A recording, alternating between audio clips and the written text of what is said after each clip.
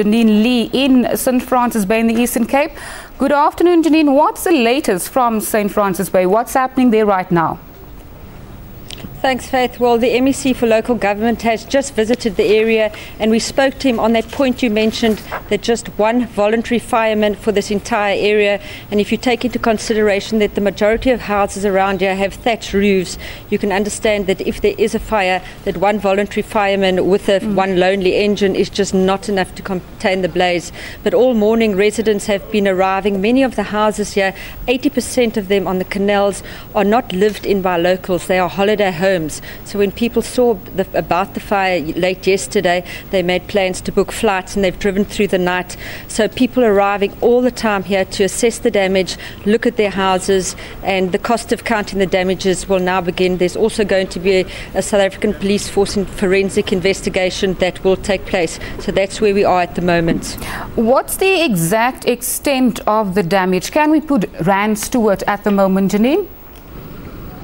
No, but people are talking, they say hundreds of millions of rands. You can take into account that the average home here at St. Francis retails for 3.5 million. The top end of the scale is 18 to 20 million. And the official count from the municipality is 76 homes completely gutted, but hundreds of others have been damaged by fire, water and heat. So the cost will be extremely high.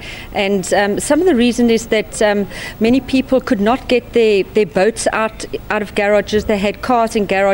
And because people weren't here, they were unable to open premises and get these vehicles out and their valuables out, and also that the residents weren't home, so they couldn't start damping down their roofs. So this is one of the reasons why the damage has been so extensive.